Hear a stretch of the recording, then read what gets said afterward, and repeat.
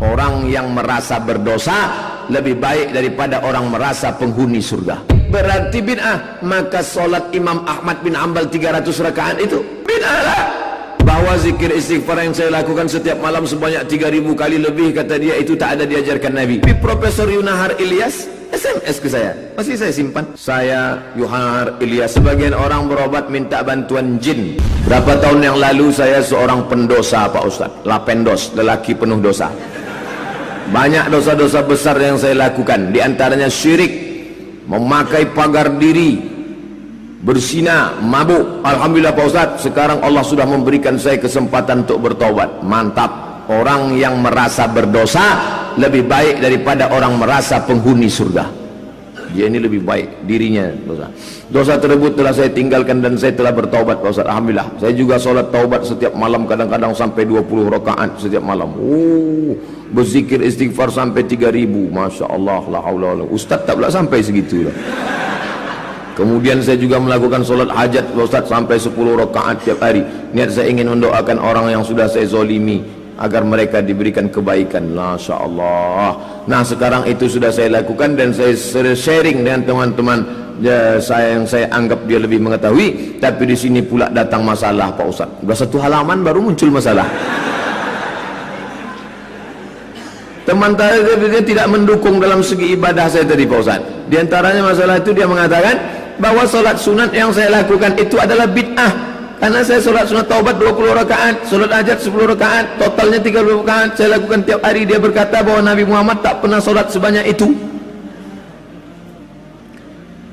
Imam Ahmad bin Hanbal punya anak namanya Abdullah. Abdullah itulah yang banyak meriwayatkan hadis dalam Musnad Ahmad. Kalau dalam Musnad Ahmad, haddatsana Abdullah wa qala abi, itu maksudnya Abdullah bin Ahmad bin Hanbal. Abdullah, ya, bapakmu sholat malam berapa rakaat? Salasami'ati rakaat, 300 rakaat. Mana pernah Nabi sholat tahajud 300 rakaat? Tengok riwayat Aisyah. Maka Rasulullah SAW yazidu fi Ramadan wala fi Ramadan ala 11 rakaat. Nabi tak pernah sholat lebih dari 11 rakaat.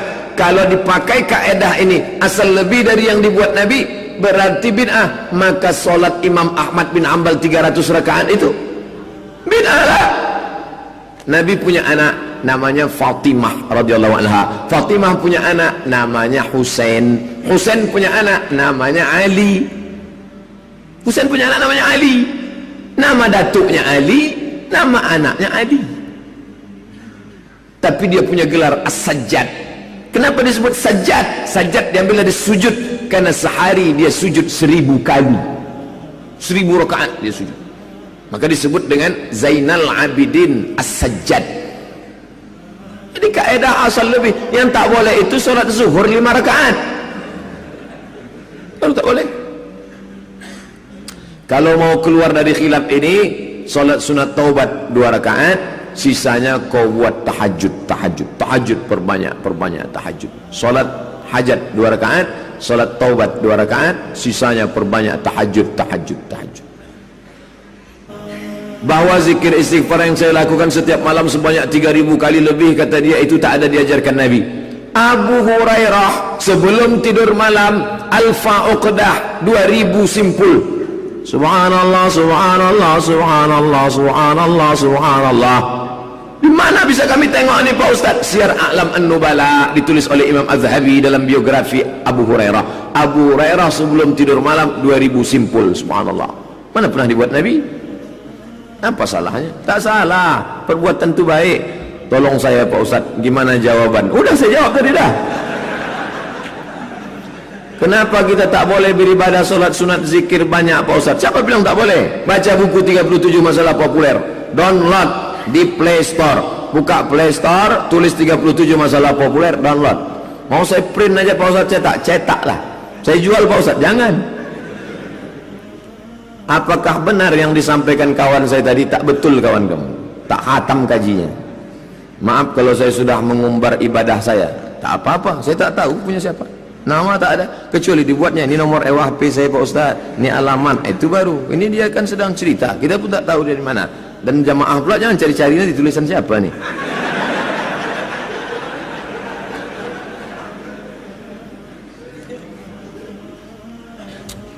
Apa dalilnya kunut yang dibaca dengan jahar oleh imam hanya 5 kalimat saja? Atau boleh jahar sampai kalimat terakhir? Boleh.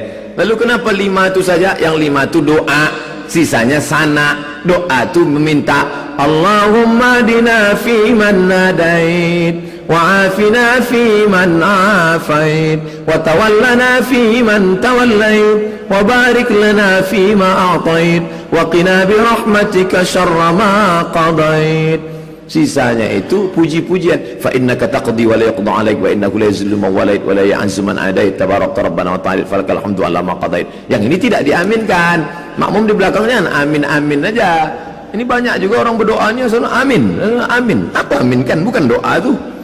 Acara di kantor-kantor. Ya Allah, pagi ini kami bersama dengan Bapak Kapolda. Amin. Apa amin? Bukan doa itu. Di kantor gubernur yang mewah berada di negeri Riau ini, kami bermohon kepada Engkau ya Allah. Amin. Belum lagi masuk. Apakah pembagian tauhid menjadi 3 itu ada dalilnya?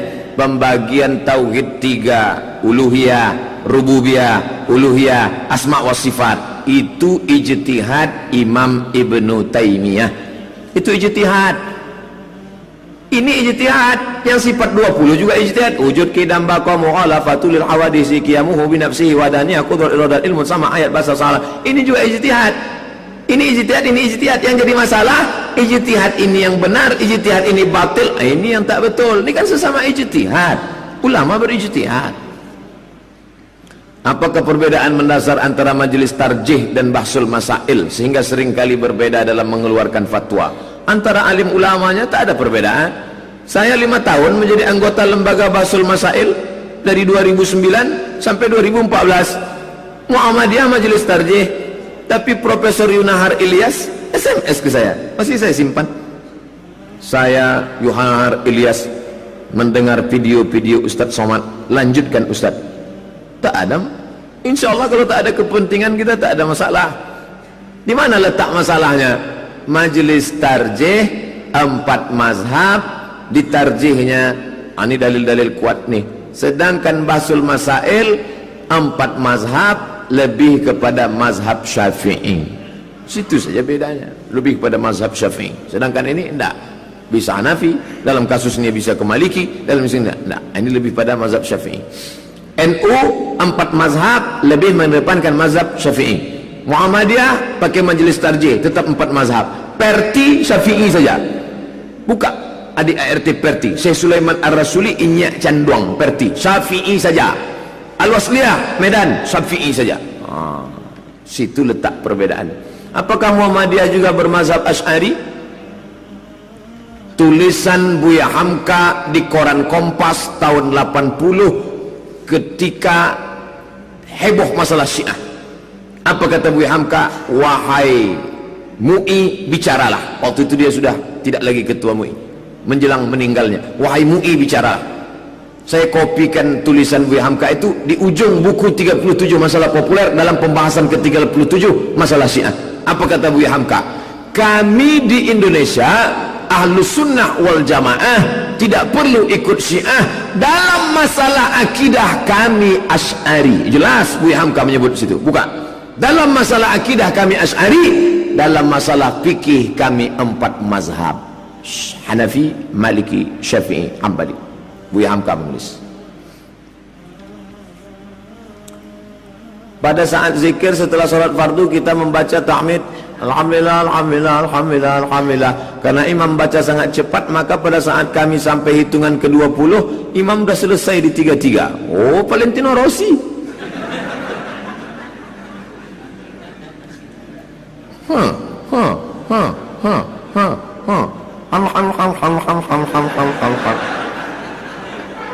Sebagai makmum, apakah kami ikut Rossi ke, Imam Rossi ke, atau kami buat Alhamdulillah, Alhamdulillah. Usah ikut imam tu.